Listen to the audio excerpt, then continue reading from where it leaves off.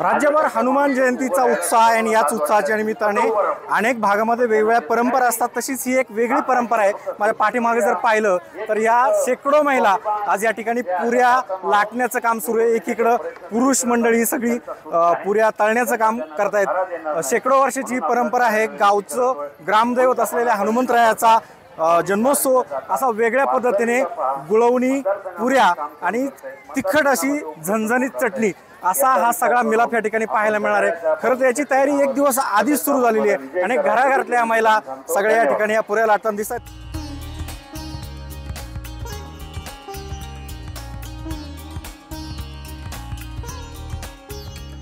हनुमान जयंतीचं आहे ना, आम्ही सगळ्यांकडून गहू गोळा करतो आणि पुन्हा वाटतो। पुन्हा वाटल्यानंतर त्याचं दळण वगैरे करून बाया घेऊन येतात।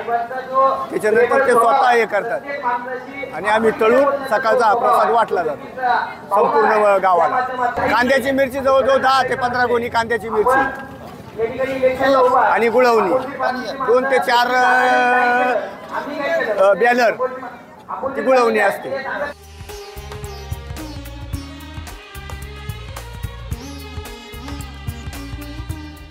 ही आमची सालाबाद प्रमाणे आमची यात्रा भरते। पुऱ्यांचा कार्यक्रम भारी होतो। आम्ही सगळ्या बायका गावात येऊन सगळ्या मिळून अशा पुऱ्या बिऱ्या लाटितो आणि मग दुसऱ्या दिवशी आमची ती पंगत असते। मग आम्ही ते वाढून नेतो घरी। मोठा प्रसाद असतो, महाप्रसाद।